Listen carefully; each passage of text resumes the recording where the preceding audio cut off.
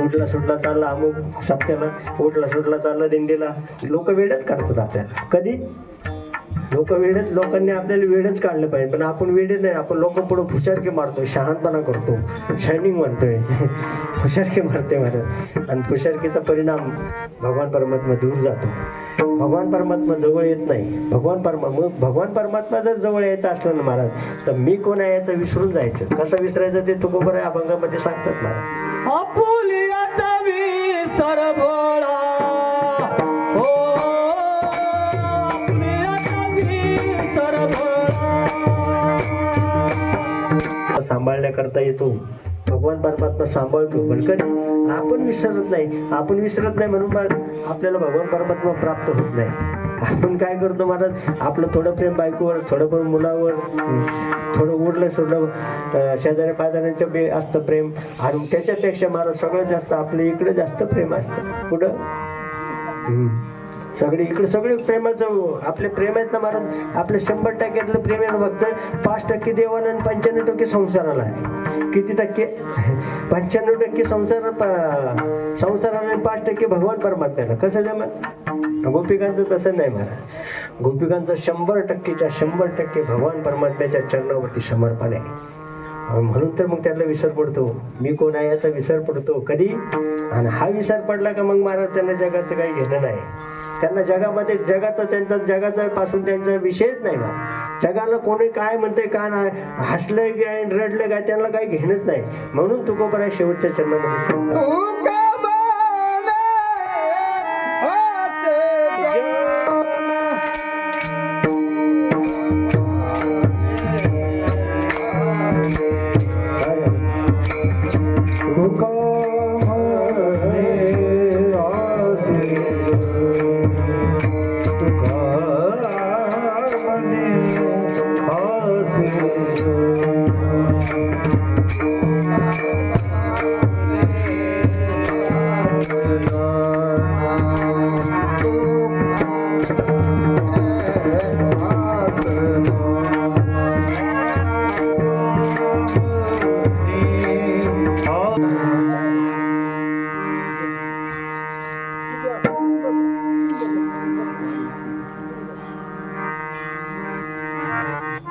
या गवळणीचा भावार्थ तुमच्या समोर मांडण्याचा मी प्रयत्न केला. भगवान परमात्म्याच्या चिंतनामध्ये जर विसरून गेला तर गवळणीसारखी अवस्था आपल्याला प्राप्त होईल. आणि मग गवळणीसारखी अवस्था प्राप्त झाली मग काही करण्याची गरजच नाही. पण हा भगवान परमात्मा असा आहे ना महाराज, हा नटखट आहे. काय नटखट आहे महाराज? हा भगवान परमात्मा गोपाळांबरोबर खेळतोय. हा भगवान परमात्मा गवळणी बरोबर खेळतोय. खेळण्याचा खूप आनंद आहे त्याला खेळण्याची खूप सवय. फक्त आणि तसं खरं सांगू का, हा भगवान परमात्मा आहे ना, निर्गुण निराकार असणारा भगवान परमात्मा आहे. रंग नाही, रूप नाही, नाही वर्ण छाया, निराकार निर्गुण आहे, तो चिरगुण आहे. पण काय होतं, त्याला सुद्धा वाटतं महाराज एकटा जीव कसा असतो, सदाशिव म्हणायला भारी. एकटा जीव सदाशिव महाराज एकटा राहून बघा मग कळतं काय असतं महाराज. त्याच्या अशी त्यालाच यातनं माहिती महाराज. पण ती एकट्याला कंठत नाही महाराज, एकट्याला करमत नाही. मग काय केलं त्यांनी, काय केलं, मायेचा संघ केला. आणि मायेचा संघ बरोबर काय केलं महाराज, स्वतःला लपवून घेतलं. काय केलं, भगवान परमात्मा निर्गुण निराकार असणारा भगवान परमात्मा मायेचा संघ केला आणि स्वतःला लपवून घेतलं. आणि स्वतःला लपवलं तुम्हाला आम्हाला प्रगट केलं महाराज. काय केलं, अहो खेळतोय ते आपल्याबरोबर खेळायचं महाराज. मग आपण सुद्धा काय करा, आपण त्याच्याबरोबर खेळताना काय करायचं, आपल्याला स्वतःला लपवून घ्यायचं आणि त्याला प्रगट करायचं. झालं ना खेळ पक्का. फक्त हेच करता आलं पाहिजे. पण याच्या करता फक्त कसा खेळतो, त्याचे खेळ काय, त्याचे अनेक प्रकारचे खेळ. तो इतका खेळतो महाराज, सवंगड बरोबर खेळत असता सकाळी, दररोज सकाळी खेळायचा. नंतर काय झालं, प्रत्येक गावामध्ये बोबाटा उठला महाराज. याच्या खोड्या किती खोड्या आहे त्याच्या इतकं खोड्या सांगायला महाराज समुद्राची शाही आणि आकाशाचा कागद केलं तरी लिखाण पूर्ण होणार नाही. एवढ्या खोड्या त्या भगवान परमात्म्याच्या. आपण फक्त कीर्तनाची मर्यादा आहे, काल्याच्या कीर्तनाची मर्यादा आहे. काय, चरित्र ते उच्चारावे केले देवे गोकुळ, एवढंच सांगायचं महाराज. फक्त उच्चारण करायचं आहे, आचरण नाही करायचं. आचरण जमणार पण नाही आपल्याला. त्याच्या गोकुळातल्या चरित्राचं उच्चारण करणं हे सुद्धा पुण्याचंच काम आहे. हे सुद्धा पुण्य प्राप्त करून देणार आहे. फक्त चरित्र ते उच्चारावे केले देवे गोकुळे. देवाने तेवढं गोकुळामध्ये उच्चारण केलं महाराज. गोकुळामध्ये काय काय केलं महाराज त्यांनी काय काय केलं आता हे सांगायला पुन्हा 1 तास भर पाहिजे मला. सांगू का?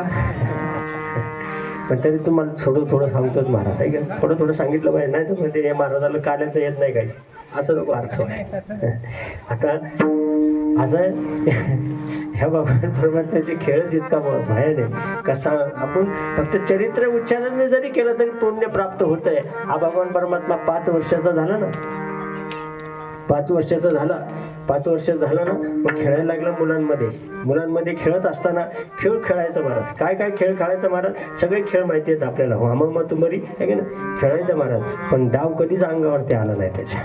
डाव कधीच अंगावरती येऊच दिला नाही महाराज. त्याच्या अंगावरती डाव नाही. डाव कोणावर यायचं महाराज, वाकड्याच्या, पेंद्याच्या, सुदाम्याच्या.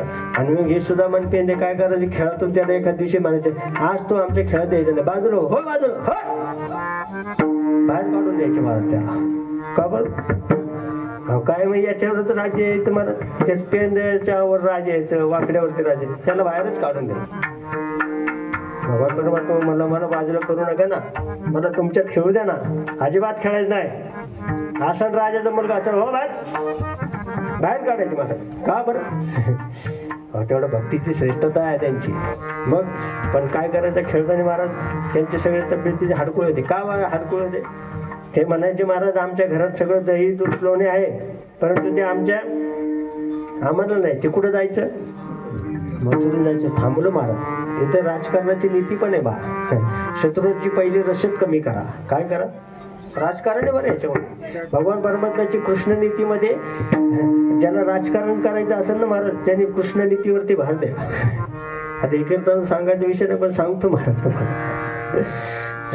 राजकारण करायचं ना दादा, तर पहिला कृष्णाकडे पाहून करा. कसं, अहो शत्रूला जे जाणार दही दुखणी ना, त्यांनी भगवान परमात्म्याने पहिलं बंद केलं. अजिबात पाठवायचं नाही मला. आणि पाठवलं का मग मात्र तो खोड्या करायचा. का बरं? शत्रूचे यांचं दूध उत्पादन यांनी करायचं, दही उत्पादन यांनी करायचं, तूप उत्पन्न करायचं, पण खायचं कोणी? आपल्याला काहीच नाही महाराज. विकण्याकरता घेऊन जायचं, गवळणी घेऊन जायचं. मग त्यांच्यावरती पहिलं बंधन आणलं. मग भगवान परमात्म्याने काय केलं महाराज, सगळ्यांना हे दही दूध आपल्यापर्यंतच आलं पाहिजे खायला, आपणच खाल्लं पाहिजे. मग काय केलं महाराज, मग एक मंडळ स्थापन केलं. मंडळाचं नाव सांगू का? शौर्य विद्या प्रसारण मंडळ. अध्यक्ष भगवान परमात्मा, उपाध्यक्ष सुदामा, असे अध्यक्ष. मग त्याने अध्यक्ष मंडळ स्थापन केलं आणि सांगणं चोऱ्या करायच्या. आता चोऱ्या करायचं म्हणजे काही साहित्य पण गोळा करावं लागतं. काय करावं लागतं महाराज? पहिले सराटे गोळा केले. सराटे गोळा केले. म्हणलं हे गोपाळ म्हणलं, अरे हे सराटे कशा करतात? अरे मला गवळण आपल्या पाठीमागं आली की फक्त तिच्या पाठीमागं फक्त फेकून द्यायचे, म्हणजे काय म्हणते तिच्या पायाला टोचली ती आपल्याला धरणार. गोपाळ हुशार होता. तिच्या चप्पल घालून आली तर मग त्याच्या पुढचा उपाय, गोट्या गोळा करा, गोट्या टाका. गोट्या टाकून ती घसरून, चप्पल घालून जरी आली तरी घसरून पडेल ना. पण गोपाळ म्हणले तिने जर समजा पडली आणि आपल्याला धरलं मग काय करायचं? मग त्याच्या पुढचा उपाय महाराज कोणता? बारीक चाळून मग वस्त्रगाळ माती आणा. गवळण समजा फेकायला आली, समजा आपल्या पाठीमागं आली तर तिच्या डोळ्यात माती टाका. माती टाकले का काय होईल ती? पण जर समजा त्याच्यात परत गोपाळांनी शंका घेतली, जर ती चष्माच लावून आली तर आता काय करायचं? सगळे उपाय झाले महाराज. पण भगवान परमात्मा आहे महाराज. भगवान परमात्मा सांगितलं तुम्हाला त्याचं करायचं काय? मी आहे ना, घाबरू नका.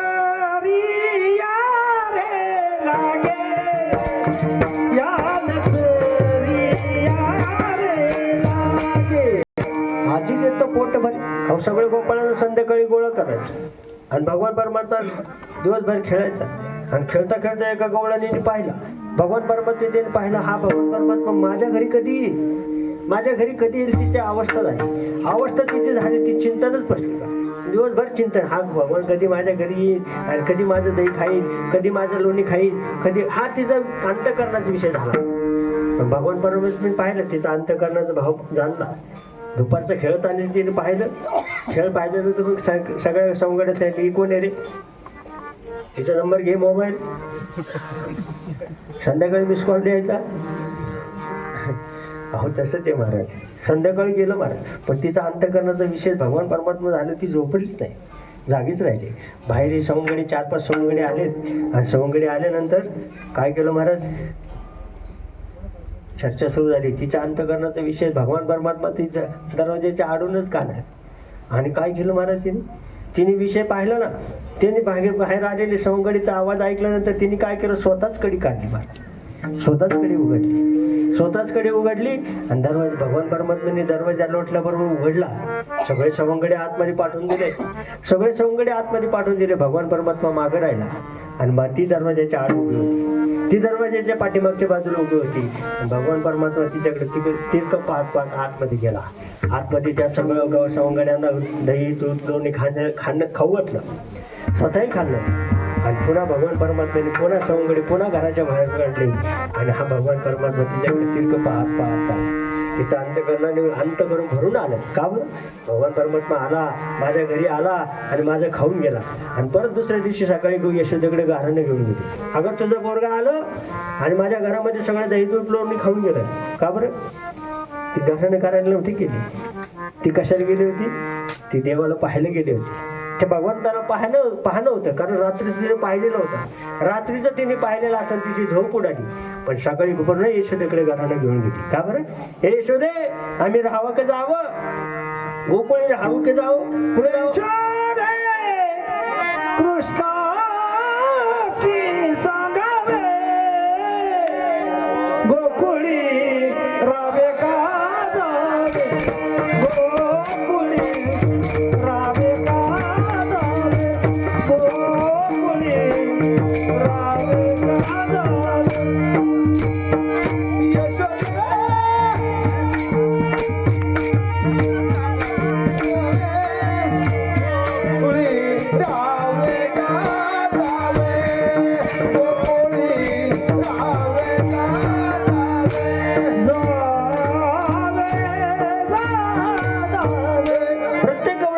भगवान परमात्मा जायचा महाराज, दही दूध लोणी खायचा. बरं का, अजून एक उदाहरण सांगतो, मग आपली सेवा समाप्तीकडे जातो. आहे की नाही, आपण सर्वजण संसारातले आहेत, गोपिका पण संसारातले आहेत. त्या दही दूध लोणी काय करायचं, दही दूध आणि लोणी तो पेनं ते अशा बंदिस्त आतमधल्या खोलीत ठेवायचे. आणि ताक काय करायचे,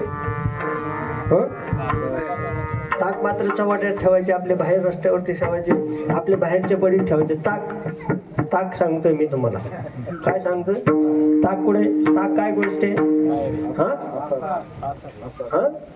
असा नाही ताक आहे का नाही, म्हणजे कुठे ठेवायचं, बाहेर ठेवायचं. आणि दही लोणी तूप कुठे ठेवायचं, आहे की नाही, बरोबर की नाही महाराज. ताक कुठे ठेवायचं, बाहेर. आणि ही वस्तू कुठे ठेवायची, आतमध्ये. का बरं, हवे सार गोष्ट आहे ना. मग तसंच आहे ना महाराज, संसारात पण तसंच आहे. सांगू का मोठ्याने, का हळू सांगू, वट्यावरती जिन्याच्या खाली कबूल केलं तुम्ही, वा, असं सरळ पाहिजे मला. कुठं असतात ते, आहे की नाही, संसारातून तुम्ही, संसारात तुमचं काही काम नाही, ते कुठे,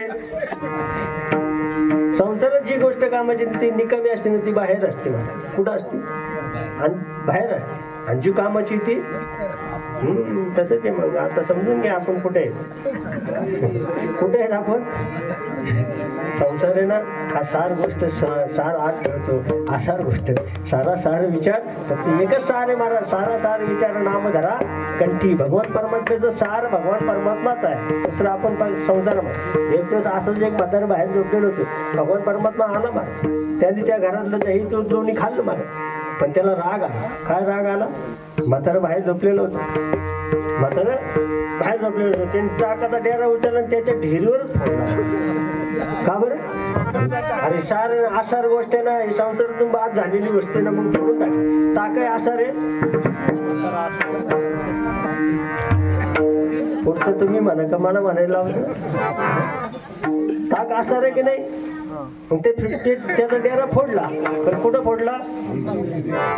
ते मी संसारातला आसारच आहे ना मला. संसाराचं काही कामाचं नाही म्हणून दोघांना मला आसार गोष्टी टाकून द्यायच्या. मग आता उद्यापासून म्हातारी चंद्रभागेत सोडायचे का? आसार गोष्ट आहे महाराज. आसार गोष्ट आहे. भगवान परमात्मा एक कवळण म्हटली मी याला धरूनच आले, याला एक दिवस धरीनच म्हटली. धरायचं तिच्या कितीतरी पिढे गेले असते तर हाती लागत नाही मला. पण भगवान परमात्मा खेळी आहे ना महाराज. तिने म्हटले महाराज एक दिवस मी याला धरीनच म्हटलं. धरलंच महाराज तिने. पण धरलं ना, तिने हाताला धरलं ओढत यशोदा इकडे चालली. थांब म्हणले आता तू यशोदेला दाखवते बघ आता.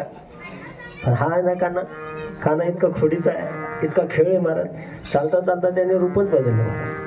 तिच्याच पतीचं रूप घेतलं आणि गावात पुढे सगळे सांगत सुटला बघा कसा आला जोडा. सगळे लोक हसत होते. कोणाला? आणि त्यावेळेस घुंगट प्रथा होती. प्रथा कोणती होती? घुंगट होता. तिचा डोक्यापासून छातीपर्यंत तिचा पदर होता. तिला काय वाटलं? तिला वाटलं मी कानच धरलाय. कोण धरलाय? तिला वाटलं मी कृष्णच हाताला धरला. ती रस्त्यात चालली. चल तुला आता यशोदेकडे नेते, चल तुला यशोदेकडे नेते. ती घेऊन चाललं मला. रस्त्याने काय होतं मला? तिला दिसत होता कन्हैया. तिला काय दिसत होता? तिला दिसत होता कन्हैया. आणि लोकांना काय दिसत होता? तिचा नवरा दिसत होता. लोकांना तिचा मालक दिसत होता. आणि तिला काय दिसत होता? असा खेळ करतो. यशोदेकडे गेले. यशोदे! आता यशोदेला आवाज दिला. पण यशोदेने काना म्हणला थांब आई काहीतरी दुखणं आलेलं आहे आपल्याला, मला कडेवरती घे.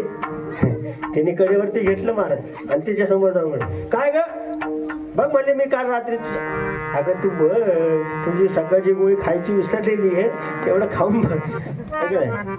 बीपीची गोळी खाल्ला असंच होतं महाराज. खायचं विसरलं का दोन दिसतात महाराज. तिने पाहिलं. अहो मग तिने विचारलं अहो तुम्ही कधी आले? अगं मी तुझ्या संगच आहे, तू मला घरापासून धरून आणले म्हटले. असे महाराज भगवान परमात्माने त्या यशोदेला. पण त्याचं निमित्त होतं भगवान परमात्मा पाहायचं. कोणतं? तिचा सगळ्यात मोठाचा भाव जर कोणता असेल तर निमित्त होतं भगवान परमात्मा पाहायचा. भगवान परमात्म्याने लई खोड्या केला. इतक्या खोड्या केला महाराज. यशोदे महिने गणपती बाप्पाला साकडं घातलं. 1 महिना खोडी नाही केली देवाला. किती? 1 महिना भगवान परमात्मा गणरायाला फार मोठं स्थान दिलं महाराज. भगवान परमात्म्याने गणपती बाप्पाला नवस केलं ना आईने. ऐकलं यशोदेचा नवस पूर्ण झाला. 1 महिना देवाने खोडी केली नाही म्हणून तिने मोदक बनवले. पाठीभर मोदक बनवले. देव गणपती मंदिरात आले. मंदिरात आल्यानंतर तिने काय केलं महाराज काडीच पिठीच विसरली म्हणून तिला घरी पाठवलं. काडीच पिठी आणून घेते तू जाऊन सांभाळ. भगवान परमात्म्याने तर सगळं खाऊन घेतलं. गणपती जायला आवाज करशील तर मग बघ काय मी बरोबर 9ला थांबणार आहे. काळजी नका करू. खुणाखुणी करूच नका. मी 9ला थांबणार आहे. तुम्ही 7ला सुरू केलं मी 9ला थांबणार आहे. काळजीच कर. तुमच्यापेक्षा माझ्या घराला जास्त लक्ष असतं. आता 4 मिनिटं राहिले. मी 4 मिनिटात काला करणार आहे. का? भगवान परमात्म्याने खोडी केली. काय? गणपती बाप्पा सुद्धा आणि परत घाबरा इथे मोठ्या वर्ष उंतरावरचा माणूस आला त्याने सगळे खाल्ले. बघू महाराज तोंडामध्ये काय गणपती तिने भगवान परमात्म्याने तोंड उचकलं. त्याच्या गणपतीसारखे सगळं विश्व त्याला अनंत ब्रह्मांड उतरी हरी हा बालक नंदा घरी त्याला विश्वरूप दाखवलं गेलं यशोदेमाईला. हा मग यशोदेमाई कंटाळली महाराज. अरे तुझ्या खोड्या कवर करायच्या सण लोक रोज घराणं घेऊन येते. मग काय करतो वनाला का? वनात गेला वनात जाऊन सुद्धा गप्प नाही राहिला. का बरं? वनात पण गेला महाराज. वनामध्ये एक मोठा नवल केलं महाराज. याने विद्यार्थ्याशी ठकविले. विधाना म्हणजे ब्रह्मदेवाला सुद्धा ठकवलं महाराज. काल्याच्या मिशाने देव जळामध्ये मासे झाले. जळामध्ये मासे झाले पण तरी त्यांना सुद्धा हा काला प्राप्त झाला नाही. आणि तो वैकुंठी असणारा काला आपण आज भोगणार आहोत. आज आपण तो काला खाणार आहे. हा काला 3 प्रकारचा आहे. किती प्रकारचा आहे? 3 प्रकारचा. पहिला काला आहे दहीलाईचा काला. पहिला काला दहीलाईचा काला. दुसरा हरिनामाचा खिचडी काला. आणि तिसरा काला आहे जीव ब्रह्म ऐक्याचा काला. हे 3 काले.